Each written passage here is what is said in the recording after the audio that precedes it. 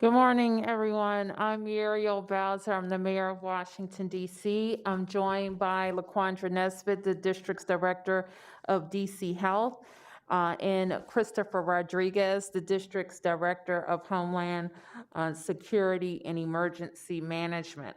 I'm here today to provide a briefing about the district's response to COVID-19 in the week ahead, and then we will take any questions. This morning, we announced 49 new cases of COVID-19 in our community. And here, you also notice the metrics that we follow each day at coronavirus.dc, which outline the main points of interest for DC Health in evaluating our experience with COVID-19, including the level of community spread, our testing capacity, our health system capacity, and our contact tracing experience. So continue to follow that information at coronavirus.dc.gov. Last night, we also all heard the announcement about expanding the use of plasma to treat coronavirus patients. We know that here in DC, we have nearly 11,000 people who have had COVID and have been cleared from isolation. If you are one of those people and are interested in donating plasma, you can learn more about the process on the FDA website, and we encourage you to learn all that you can and help where you can. That website is fda.gov/home, HOME. This morning, we also released an updated list of states that DC Health classifies as high risk and therefore subject to the 2-week quarantine for non-essential travel to and from the district. States that were added to the list include Delaware, Hawaii, and South Dakota. States that were removed include Montana and New Mexico. Residents and visitors can find a full list at coronavirus.dc.gov/phase 2. Today is also another important day on our calendar because it's 1 week from the start of the school year. We will share more information about upcoming school year plans on Wednesday, but parents, if you have not completed the enrollment process, please make sure you do so today. You can enroll at enrolldcps.dc.gov, enrolldcps.dc.gov.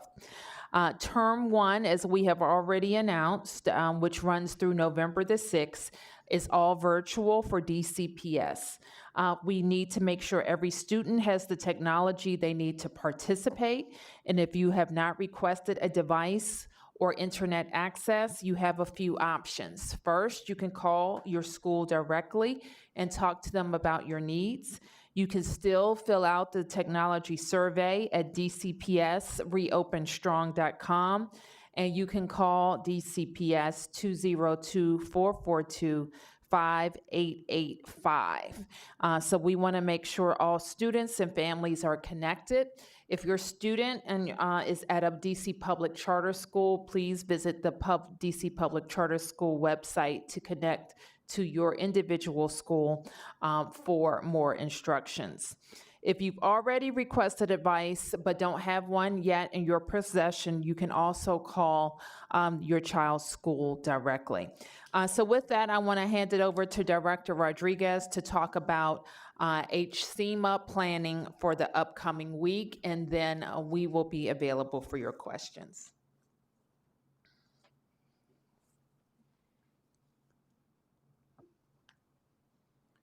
Thank you, Mayor Bowser. What you see here is some of the RNC sites that we know that some activities will be taking place over the course of the next week, really through Thursday. So you see some of those sites there. Next slide. And then, of course, we're also planning for the March on Washington on Friday. And here you will see a map of some of the road closures as well as some of rolling closures that we might see on Friday as well. It's important to note that we at Homeland Security and Emergency Management, MPD, FEMS have been in touch with the organizers of both events over the last week, as recently as late last week, to ensure that any city services that were being asked for or required that we were able to provide to ensure that all events go off safely and securely. Thank you, Mayor. Thank you. Any questions? Yes, Sam? Just quickly, the Engine 2 Fire Station, why is that part of the Republican? That was just there for reference, Sam. Oh. Yep. Okay.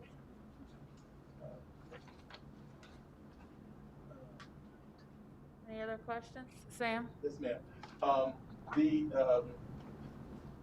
The commitment march, that is, I understand, on Friday, and I've looked at some of their information as to what they are doing. Is the city going to be monitoring how this goes in any particular kind of way? I didn't hear the first part of what you said. I said that the commitment march is on Friday. The commitment march? The March on Washington. March on Washington, Is on Friday, and I just curious that I've seen some of their information, and I'm just wondering, is the city monitoring this in any way, or is it sort of leaving it up to them? Thank you for that. I'll ask Director Rodriguez to respond. Yes, Sam, since the March on Washington was announced, we have been in constant contact with the organizers of the National Action Network, and we are meeting with them several times a week virtually to make sure that, again, any city services that are being asked for that we are providing. As you know, most of the events for Friday will be taking place on federal property, so we've been in close contact with the Park Police as well. But our traditional public safety services will be provided. So MPD and FEMS will be out there. We've also requested National Guard support to make sure for traffic monitoring, to make sure again that the event goes off as safely and securely as possible. And will the buses be parking at RFK? What's the Yes, situation? they will be parking at RFK. With regard to everything going on this week with RNC activity, potential counter protests, and then Friday's, large march, how many people are you expecting to be in the districts this week? Well, so I think it's important to note that we do this all the time, okay? And so we host major events. We are well prepared to also support multiple events going on in the city at one time. And the key here is, of course, that we're dealing with a global pandemic, and as the mayor has said many times, anyone who wants to come and march needs or attend the event needs to make sure that they're doing so in a safe way, and being mindful of the fact that we are under a global pandemic right now and dealing with that. Yes. Can I ask you about Delaware being added back to the list of states? First off, for the folks who went this weekend because the state was removed, now it's back on, what are you advising those people to do? And then just if you could just clarify for those people still asking why, if, for example, the Maryland positivity rate is going up and places like Ocean City, Maryland have seen increases, that why those places, for example, are I think we said pretty clearly from the outset that we think it's impractical for our neighbors in Maryland and Virginia to be a part of the quarantine list, and that statement stands today. If we feel the need to change that, we certainly will advise that we change it. We also are pretty clear about how you're on the list or off the list, and that is based on the experience in the state at a given time, so it can change. And we update our list twice per week. Once every 2 weeks. So the guidance that since the list came out, I believe yesterday, last night, those folks that were in Delaware this weekend? I'll ask Dr. Nesbitt to address that. The list is updated at midnight. In addition to posting the list, we have our guidance for travel and how assisted travel is defined. We also have guidance in terms of assisting people in making decisions as to whether or not they are going to travel. Residents of the District of Columbia should now be aware that if they are making travel plans, And as the mayor has stated, states are subject to being added or removed from the list every 2 weeks, and people should take that under advisement when they're making their travel plans. Okay, any other questions, guys? Yes, Sam? Yes, Mayor. Just a comment, if you would. We had a 5-year-old and an 8-year-old shot within a 24-hour period, Thursday, Friday, and I'm just interested in your view on this. Well, Sam, certainly we're shocked and saddened by those occurrences. We are still investigating, and in at least one of those cases, I understand that the police have a good lead as to who might have been doing the shooting. And we want all communities to know that we need to hold people accountable if they are using guns in our community. So we will continue to update you on that. I can't say more about the conditions of the children, although I think that we were very lucky. Yes. Mayor Bowser, just a couple of different questions, and I apologize if you responded to this on Friday, but the ACLU added Chief Newsham to the suit, and there have been accusations from those involved that you yourself, given that you oversee the police department and matters in the city, that they're accusing you of kind of doing what the president did and allowing protesters, peaceful protesters, to be subject to activity like tear gassing and whatnot. Can you respond to that lawsuit and any accusations? We will respond in court to like we do to all lawsuits. Any other questions? Can you just clarify, there's also accusations that Black Lives Matter Plaza was cleared ahead of the roll call recording or presence that you made in the DNC. Can you just clarify if that was done or not done? I don't know what you're talking about. What are you talking about? There's accusations that police were involved in clearing Black Lives Matter. I don't have any knowledge of any such thing, and I was there in Black Lives Matter, and there was really nobody there that evening. Okay. And then also, just one more, I'm sorry. You were putting out just information for parents getting ready for school, making sure they pick up the technology needed and whatnot. What's a reminder to parents, the importance of picking up the technology, but also any response to the Washington Lawyers Committee also claiming that for 6 months, students with disabilities at the Youth Services Center in DC jail have not been receiving their education. Say that again, Stephanie, I'm sorry. Sorry. The Washington Lawyers Committee, they are claiming that for 6 months, that students with disabilities at the Youth Services Center and DC jail, that they were denied appropriate education, that they've only been receiving packets, educational packets. Is there anything to address that?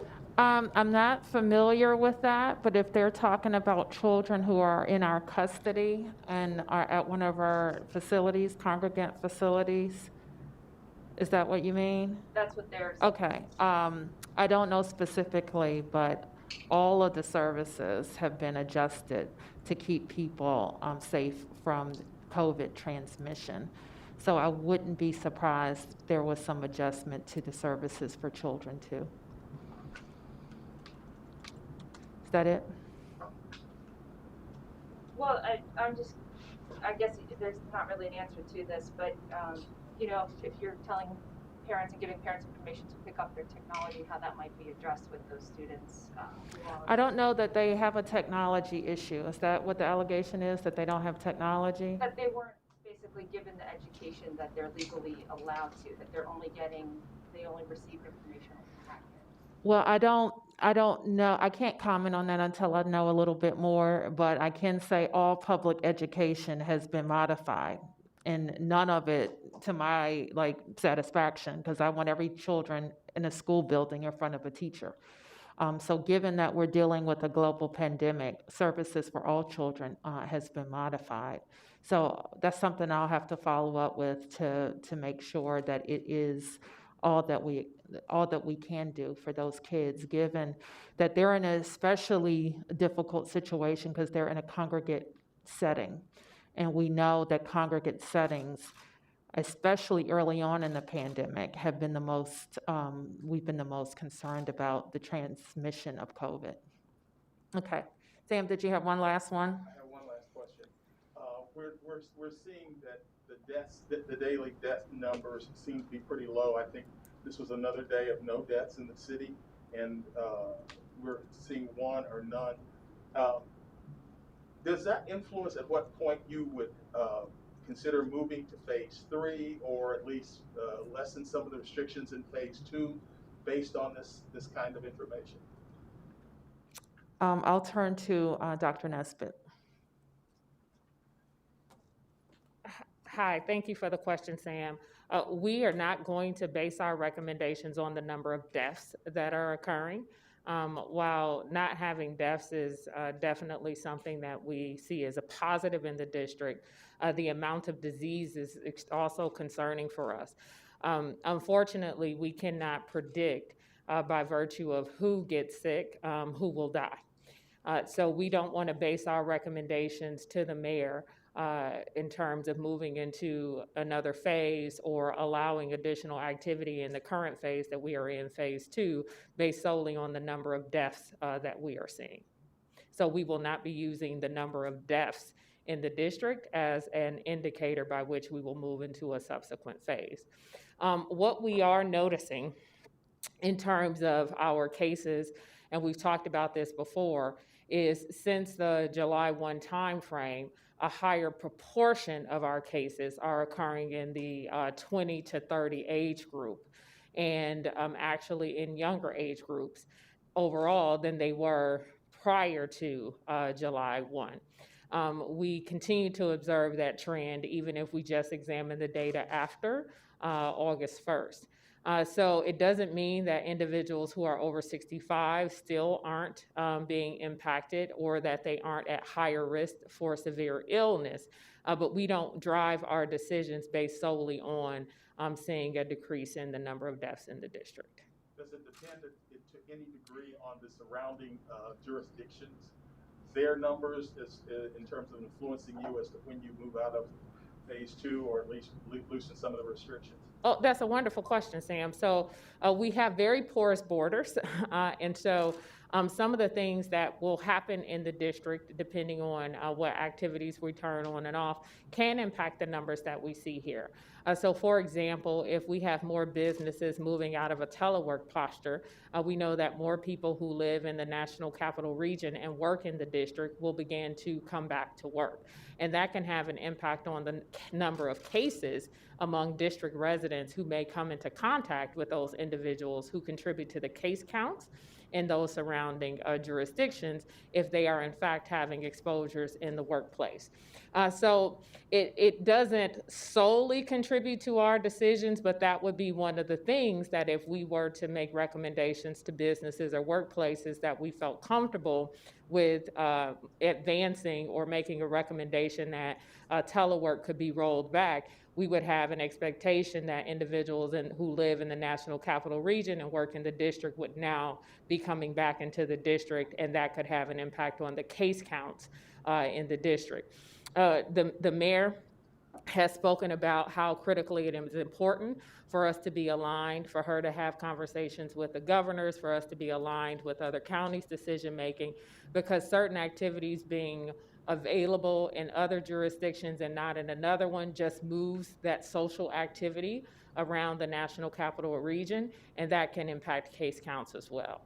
So we do have those conversations. We do work to have alignment, but our decision making isn't solely a function of case counts per se, incidents, hospitalizations, or deaths in one particular county or state individually. Does that help answer your question? Yep, and finally, and I know you've probably gone over this before, but That's okay. what I've gone on over a lot of things more than once, if that's okay. what will get us to phase 3? The metrics that we have, that we show here are principally the things that we are looking for to make a recommendation to move to phase 3. And we began to manage those expectations very clearly back at the end of June when we entered into phase 2. That phase 2 would be a much longer haul than phase one. And particularly because we're not only looking for declines in the number of cases that we see on a daily basis, but because we're looking at the nature of those cases and their relationship to one another. We would much rather begin to see clusters of cases as opposed to individual cases not being connected to one another in order to indicate that it would be okay to move into phase three. I'll also remind you that there are some things that we had anticipated being able to allow in phase two that are not happening in phase two. So you all should have in your mind's eye that there may be activities that could be recommended to happen again that would signal that we're still in phase two with more activity, but not necessarily transitioning to phase three. For example, in-person school is considered a phase two activity. We had anticipated being able to have some additional forms of entertainment in phase two through the waiver process. We had to delay that. We anticipated having swimming, our pools open in phase two. We made decisions to delay that. So there's still a host of activities that we delayed in phase two because our indicators weren't exactly where we wanted them to be. Phase three imagines things, if you go back and you look at the Reopen DC Advisory Committee's recommendations and how DC Health would interpret those to make recommendations to the mayor, would imagine us having mass gatherings at much higher levels, would imagine us having a different level of telework, would increase capacities at some of the indoor activities that we are having. So there's a different environment from a public health perspective that would have to be in place in terms of the cases being connected to each other that we would need to be in phase three. And it doesn't necessarily mean that we have to completely get there before we turn on some additional activity in phase two. Thank you. Okay, any other questions? Okay, Stephanie? Dr. Nesbitt just spoke of the importance of how you've been communicating with the area's mayors and, governors and you know, the close relationship within the jurisdiction. Do you have any reaction to Montgomery County Council voting today to change some of their measures? Specifically, they had approved to reclassify soccer as a medium risk sport and allowing other things like bowling alleys and museums to open. Does that impact this jurisdiction in any way? I'm not aware of the council's actions, but we have been very specifically following DC Health guidance around activity levels. As you know, we went through a very, it wasn't a long process, but it was an intense process around evaluating those activities and classifying them in phases. And I think Dr. Nesbitt just gave a very thoughtful summary about where we stand with phase two, what types of activities remain in phase two to be turned on, and getting beyond. Thank you, everybody.